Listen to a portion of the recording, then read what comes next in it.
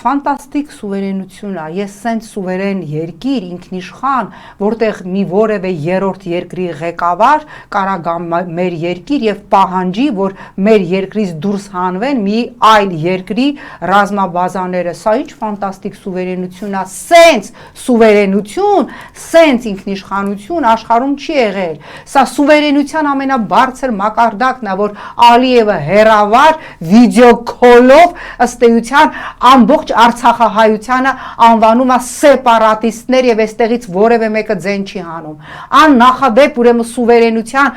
ֆուլ է, որ ասում է հոտ կուտյուր մակարդակն է, որ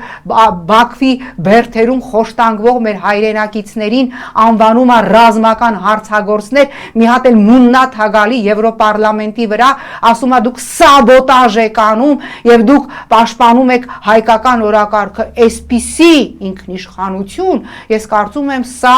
այս հայկական ներկայիս ինքնիշխանությունը համաշխարհային քաղաքագիտական սլենգի խոսույթի մտքի մեջ նոր ձևակերպում է եւ նոր եզրույթ է եւ ես կարծում եմ առաջիկա քաղաքագիտական դասագրքերում ինքնիշխանություն ըստ Նիկոլի այս ձևակերպումը կամ ըստ Նիկոլյան Հայաստանի պիտի մտնի հայկական ուրեմն քաղաքագիտական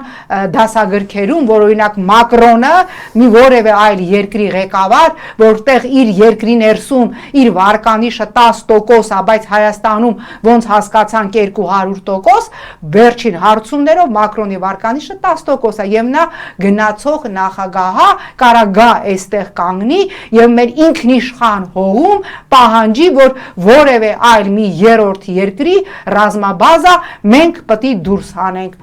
Ֆանտաստիկ ինքնիշխանություն է, բրավո։